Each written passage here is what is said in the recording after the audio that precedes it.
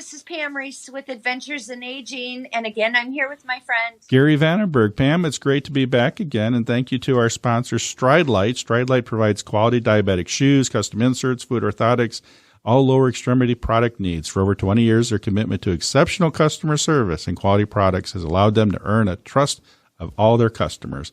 So ask your doctor or podiatrist about Stridelight, stridelight.net. Thank you, Stridelight.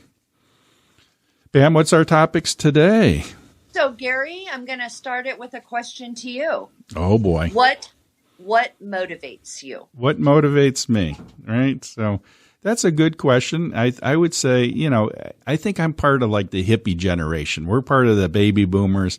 I think Yes. I always think trying to make a difference. Isn't that weird how, It's very noble. the measurement of my life is, when everyone's standing around my grave, they're going to say, Gary made a difference. It's kind of a strange kind of thing. I like to see people developed. I've had some people recently that really took the bait, I guess, and kind of ran with developing some new skills. And I got excited for them that they developed some new skills, work-related skills. So I was excited about that. How about you, Pam?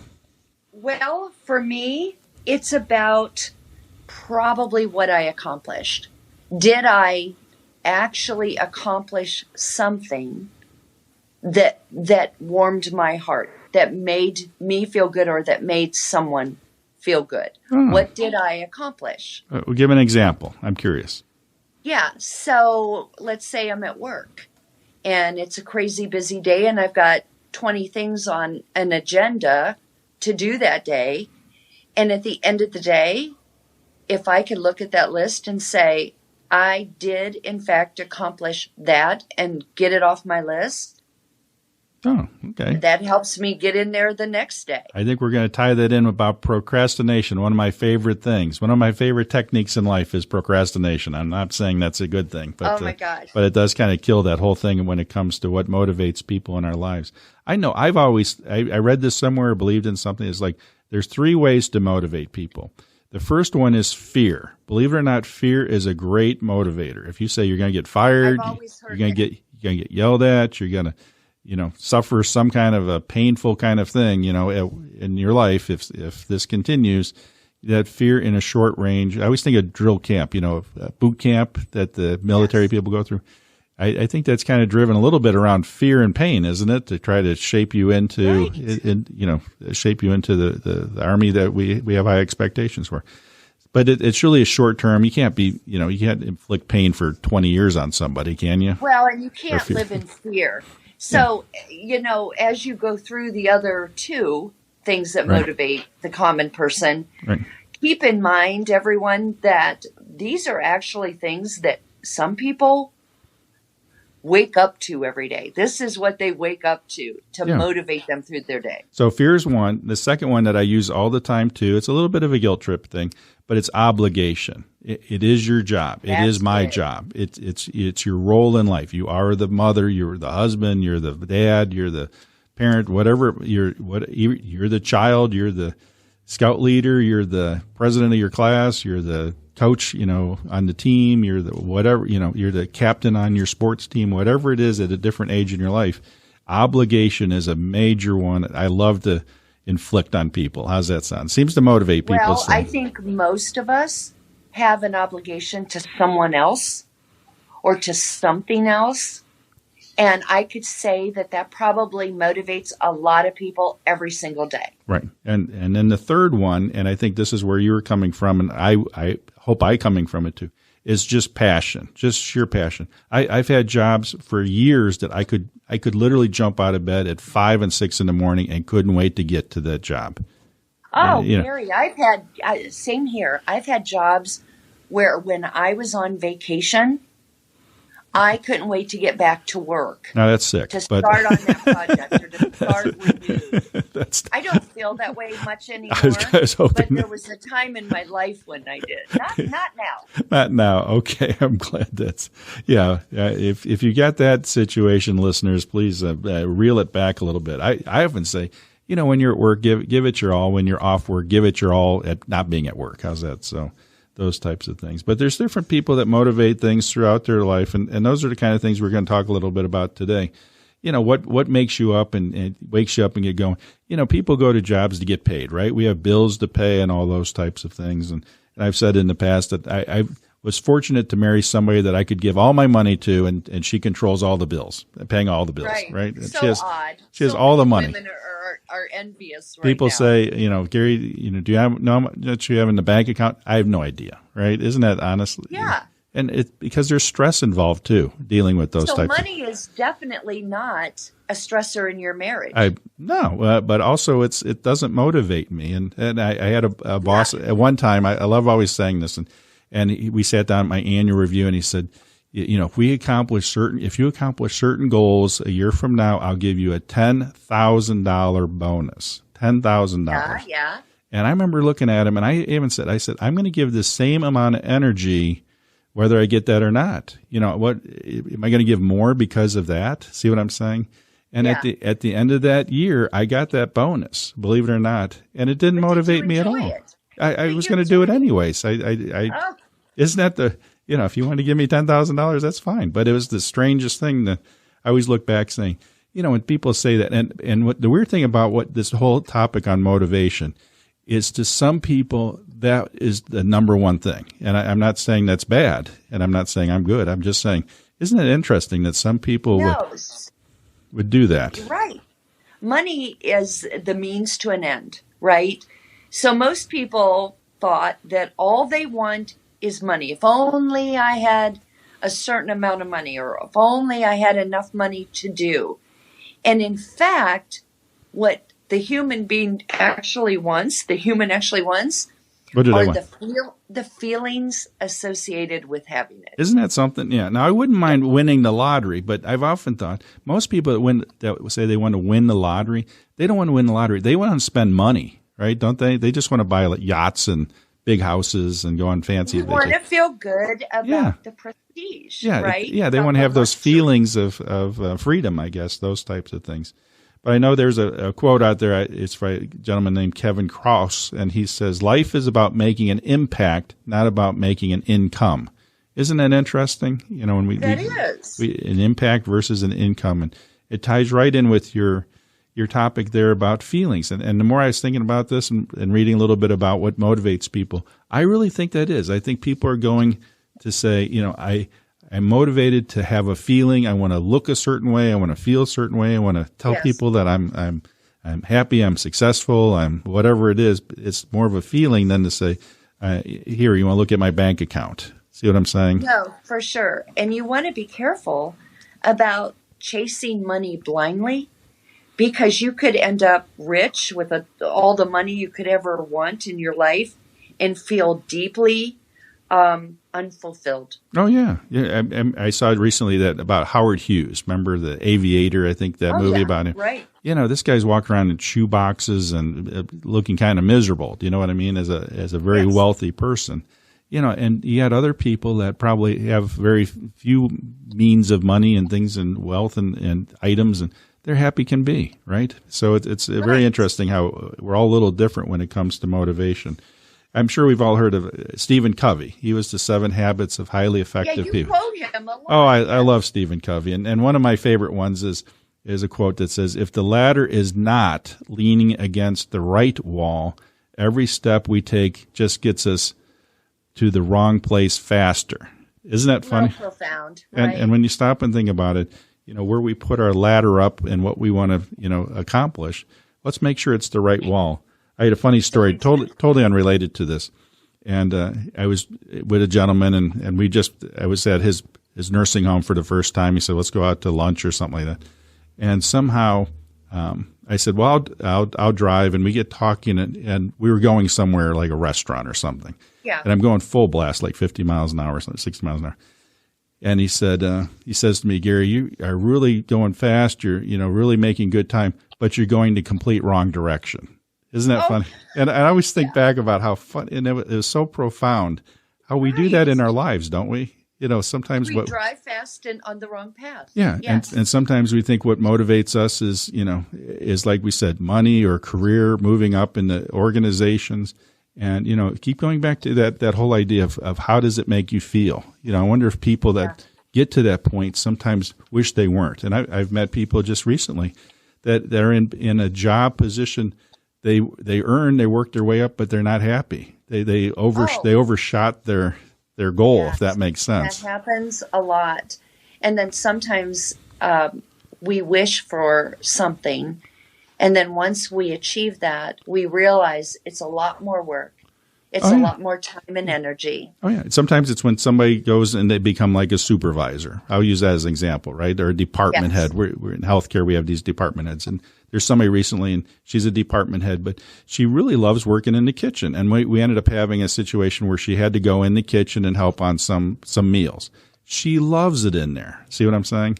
Yeah, and yet, never knew she would. And yet, it's something she loves to do. Hey, go back to your other job. She's not that excited about that other job. That's a supervisor job. Isn't that interesting how we kind of overshoot at those types of things? But don't you think there's a desire to avoid pain and gain pleasure. Have you heard of that? Not really, but it kind of makes sense. What is that involving? So why do you do what you do in life, right? Why do you do that? You do something because you want to gain pleasure or to avoid the pain of not doing it. So everything that we do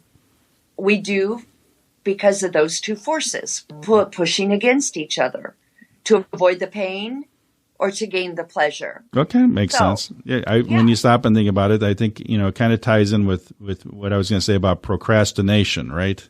And when I say procrastination, if I'm somewhere in HBO, let's say I'm doing some work and I'm traveling and they have HBO on the television, I might as well just forget accomplishing anything. You know what I mean? It can be one of those things where it can wait till after the next dumb movie. I was watching the Texas Chainsaw Massacre the other day. Because that's classic. Yeah. That's a classic. I'm thinking, I need to get something done. Why am I sitting here enjoying the Texas Chainsaw Massacre? Because you were enjoying the pleasure. No, I think I was enjoying not doing my work. How's that sound? And so, but eventually procrastination catches up. And I keep going back to, like in school, I'd wait till the last day, the last hours to study for stuff, right? Oh my gosh. So I can't stand procrastination. Not that I'm incredibly organized and like to get things done right now, but I do like to have a plan. I like to get things off my plate so I can enjoy. Oh yeah. I typically, I usually say, what is the one or two things I want to get done today? And sometimes what is the most painful thing to get done? Let's get that out of the way so I can go on to other fun things, right? Yeah. And yes, very true. But procrastination is just, and it also goes into things like the social media. I fortunately am not that into it, but I know a lot of people that are into it big time. How's that sound? That spend a lot of time.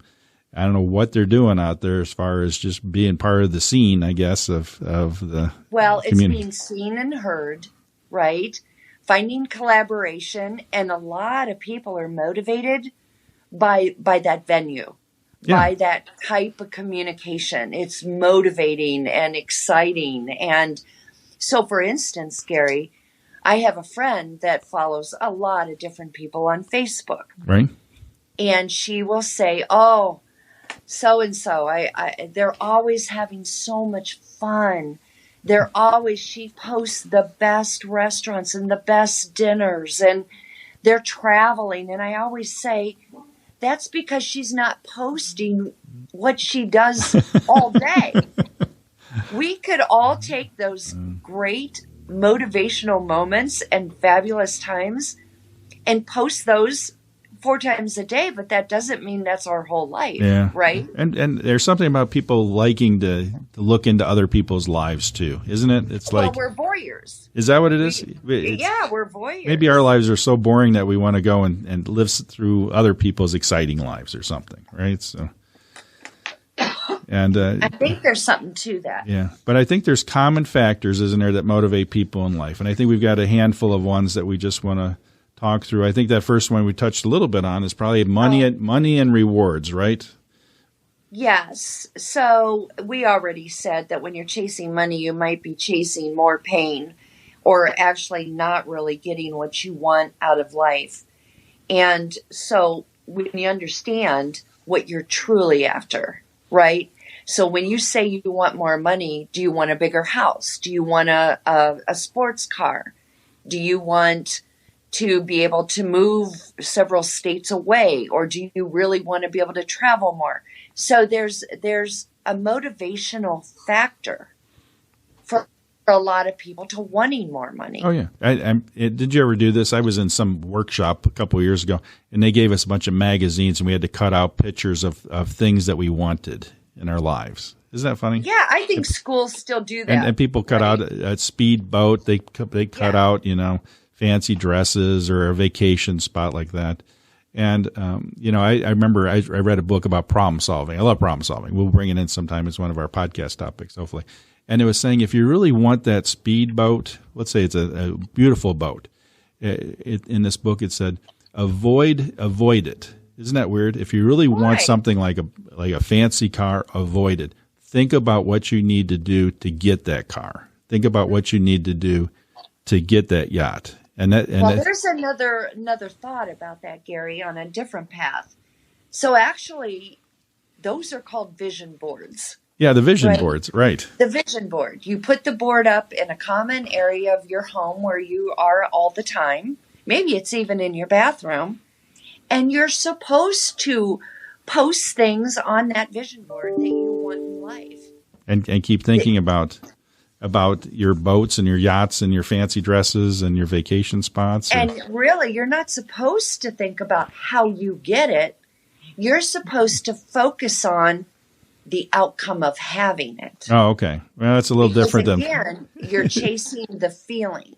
Yeah, that's for sure. Like if I had that sports car, boy, I'd be happy, right? I can see the wind in my hair and driving down the road and seeing wonderful places and those types of things. Right. But it's very interesting how that all works. The other thing here is the desire to be the best. Isn't it interesting how you kind of, people that they don't want to be number two on things, right? It's a great motivation.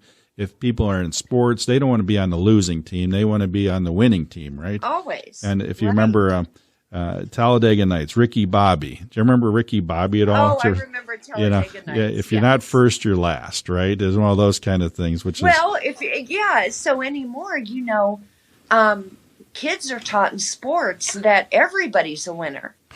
Yeah. Everyone is a winner. Oh, I've got some participation medals myself. So I run those half marathons. I'm like dead last. I get the same medal as the guy that got third place. You know what I mean? It's hilarious, but it's the idea that, I think and actually what's changed over the years with something like that, and I encourage everyone to try to do, 5Ks or those things, is you're really running against yourself. You're really kind of competing against yourself many times in that sport, and that's what's exciting about it. Is it's not trying to be the number that come in first place. You're just trying to say, am I doing better than I did last time?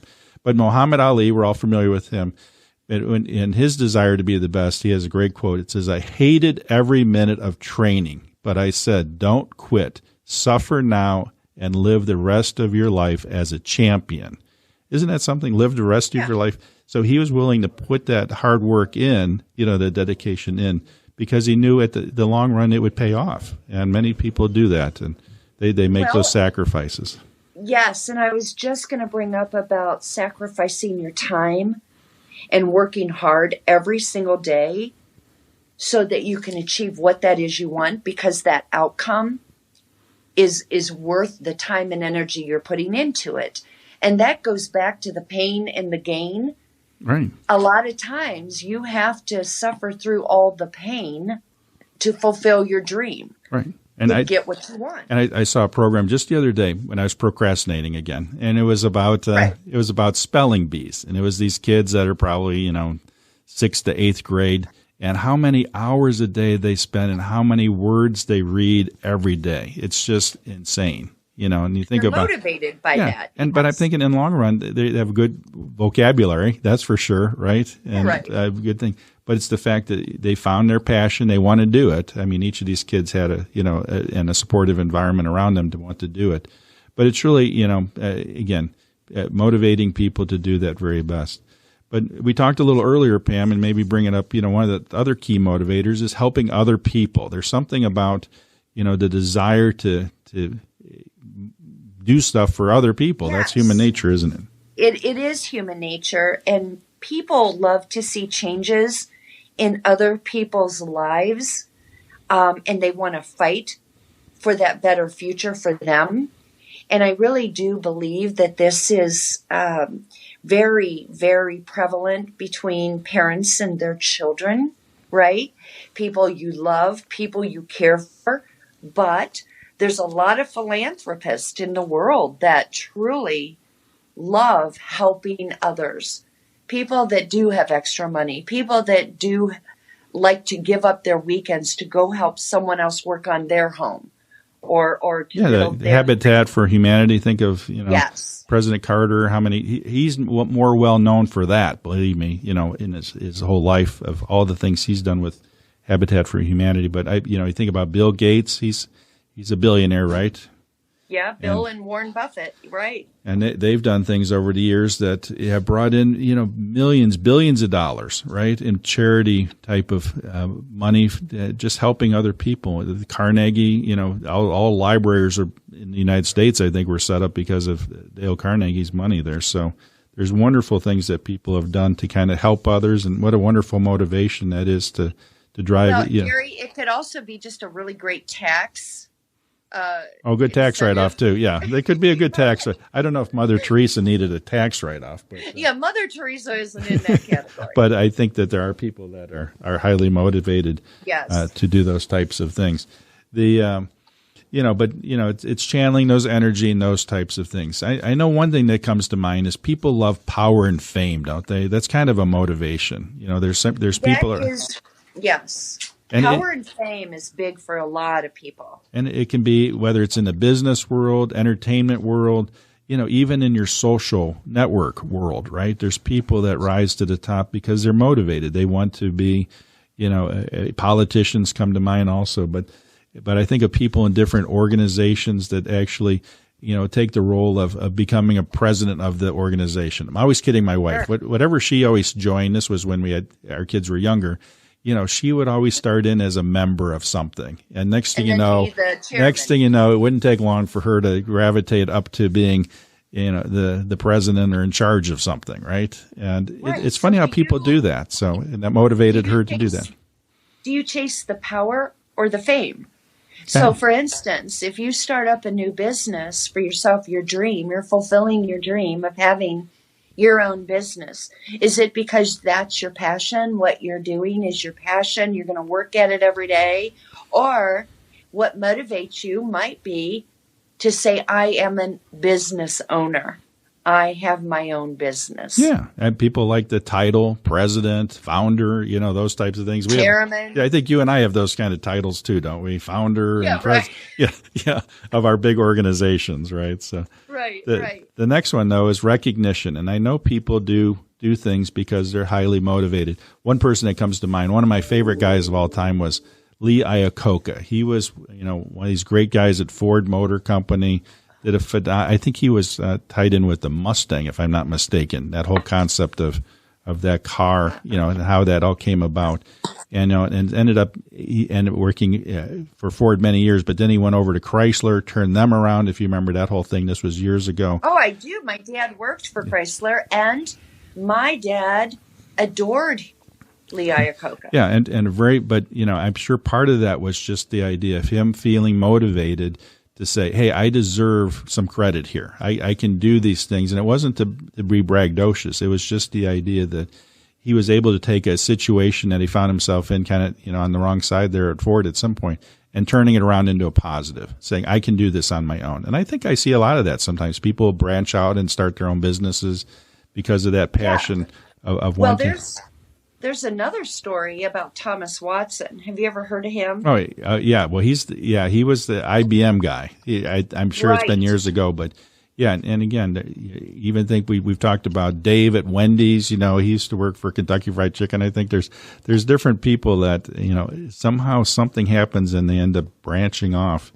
Well, what happened to Thomas Watson was he worked at a company called NCR. Oh yeah, that was a big company. And he was fired from there, and he was so motivated to prove them wrong for firing him that he led IBM for 40 years after that. And to think his motivating factor was that being terminated from that first Oh, job. yeah. I think that's a great thing. And, anyone that finds themselves in one of those situations, I hope you can step back and say, this may be the best thing that ever happened to me. Do you know what I mean?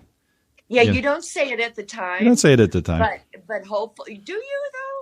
I've been in situations where I said, there must be a reason that this is happening because there's something bigger and better for me. You know what I mean? But you just have that positive mind. I think not everyone has that a positive approach, and it would be so helpful if we all did. Well, I think the way you look at that is you look back at something that happened in your past that didn't work out, and you say, if it had worked out, I wouldn't be here today. I wouldn't be what I'm doing today if that had continued.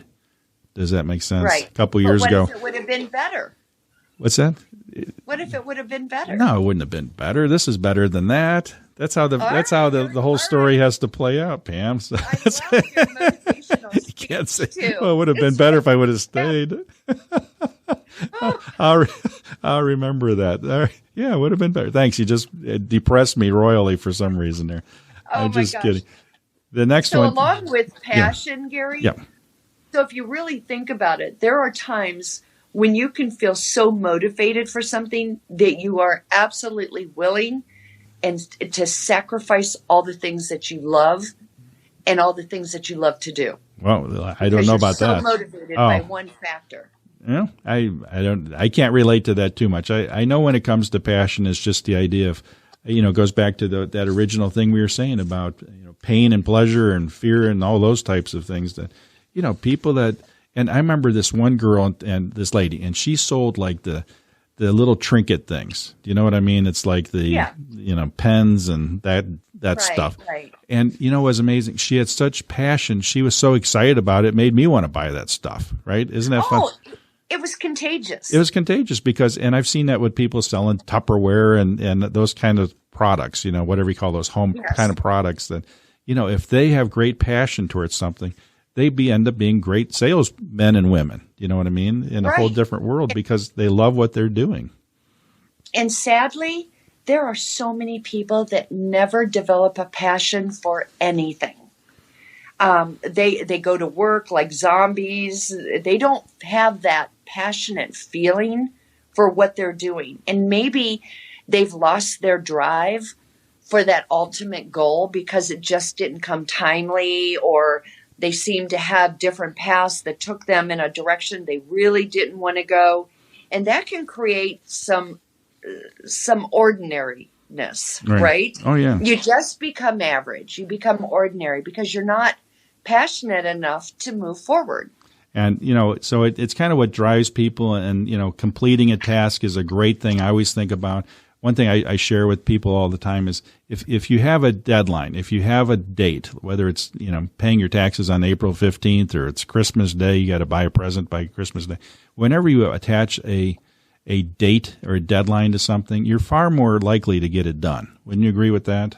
As far as the motivation thing, if you just said someday, hey, I want to go to Hawaii someday, you'll never go, right? But if you said, I'm going to go on June 15th of 2030, you'll probably have a much better chance of hitting it than and not. Actually start planning for it, right? You start working towards that goal, that deadline. Right. And I'm also one of those people that believes in the motivation of security, that somehow deep down, when it's all said and done, we want to be safe. Isn't that funny? It's like those Maslow's hierarchy of needs that somehow we have to. Safety is one of the top qualities of us. Yeah, that somehow, and I've been in situations with people, and they look at it and they say, "I'm going to do that because I want to be safe. I want to feel safe. I want to be in a safe place. I want to be in a safe environment. I want to feel safe." And I think that really is something that takes that into control a little bit of those things. We talked a little bit about recognition.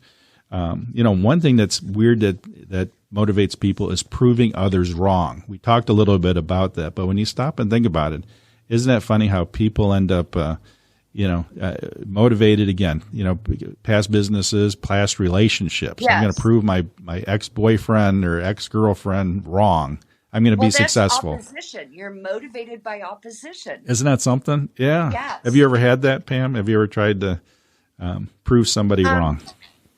I'm sure I have, because I think that's a normal feeling and emotion in life. I honestly, Gary, right now, nothing's coming to my mind. Oh, okay. But I'm going to put some thought into that, because I can relate to that feeling. If someone tells you you cannot do something, you really do want to do it. Oh yeah. Well, isn't that something? Yeah, that's we're motivated because we want to avoid embarrassment, right, of situations. So if somebody failure, people are afraid of failure. They're motivated to avoid those types of things. The just the whole, motivating ourselves to learn things. I've got a son now this guy is trying to learn everything in the world, right? Isn't it something how some people are just motivated to just develop their own knowledge and their own understanding of things? That's a very positive motivation, because it's not guided in one direction, but he has multiple directions that motivate him. And that's a great virtue. Yeah. So I know we're kind of running out of time here, Pam, when it comes to motivation. Again, we've said a little bit about what motivates each other here, and I stop and think again about one of the early things I had in my life, I guess, and it wasn't that, but when Steve Jobs and they created Apple, right, the Macintosh. Right.